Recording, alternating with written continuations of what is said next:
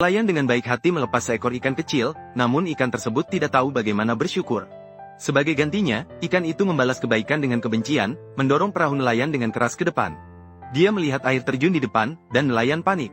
Dia mencoba menghentikan perahu dengan tongkat, tetapi entah bagaimana, baik nelayan maupun perahunya jatuh ke air terjun 10.000 meter. Karena perahu berguncang dengan keras, nelayan akhirnya pingsan.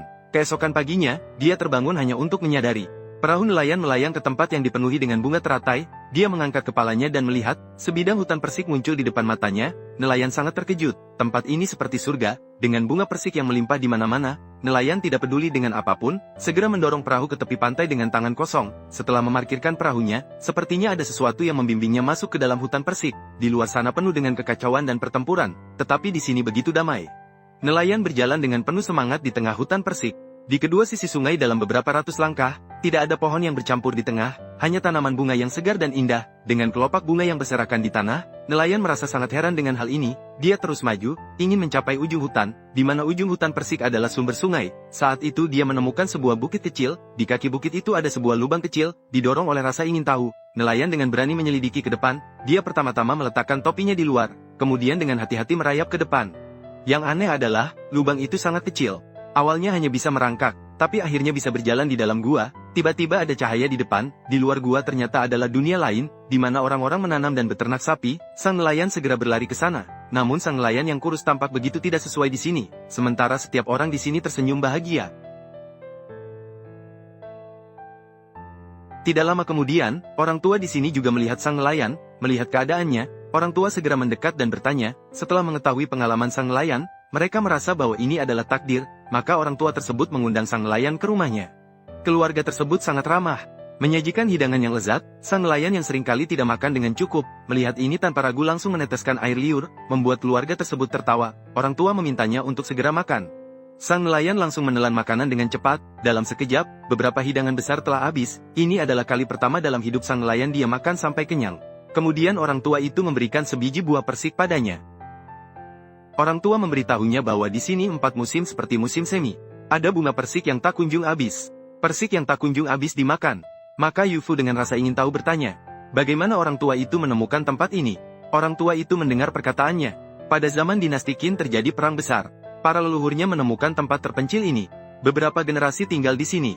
Tidak pernah meninggalkan lembah ini. Tidak ada yang pernah masuk. Yufu adalah orang pertama yang masuk ke lembah ini. Itu juga bisa dianggap sebagai takdir. Sekarang adalah zaman keberapa dari dinasti Qin?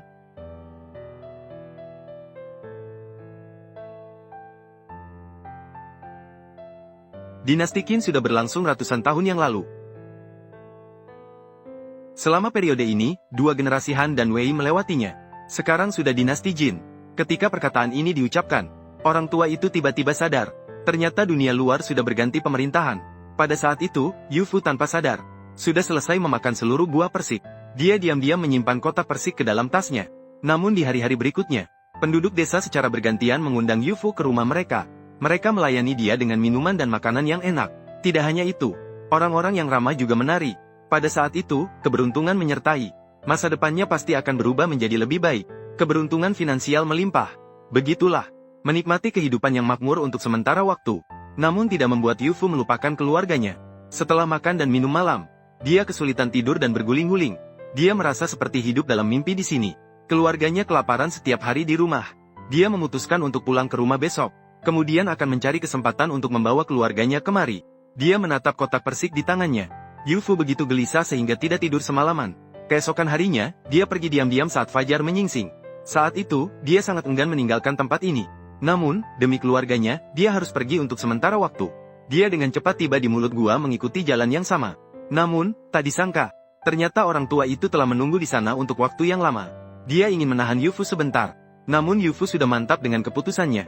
Orang tua itu tidak berkata banyak lagi.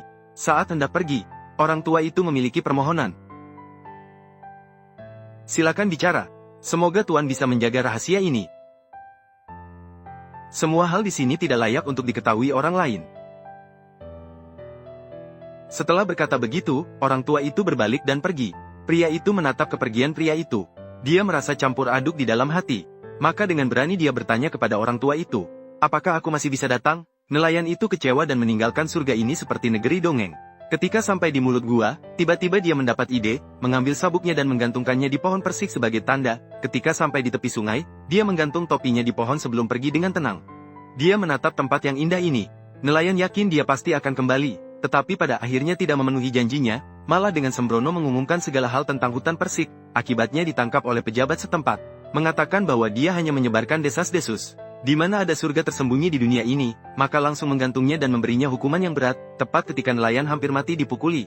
Pada saat itu, Liu Ziji dari Nanyang tiba-tiba muncul.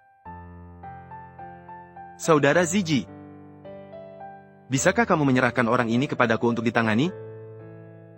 Apakah saudara juga mendengar desas-desus? Ternyata Liu Ziji juga mendengar desas-desus. Melihat bantuan dari Liu Ziji, nelayan akhirnya menyelamatkannya, lalu menceritakan apa yang dia lihat dan dengar kepada Liu Ziji, dan mengeluarkan kotak persik dari saku. Liu Ziji sangat yakin dengan hal ini.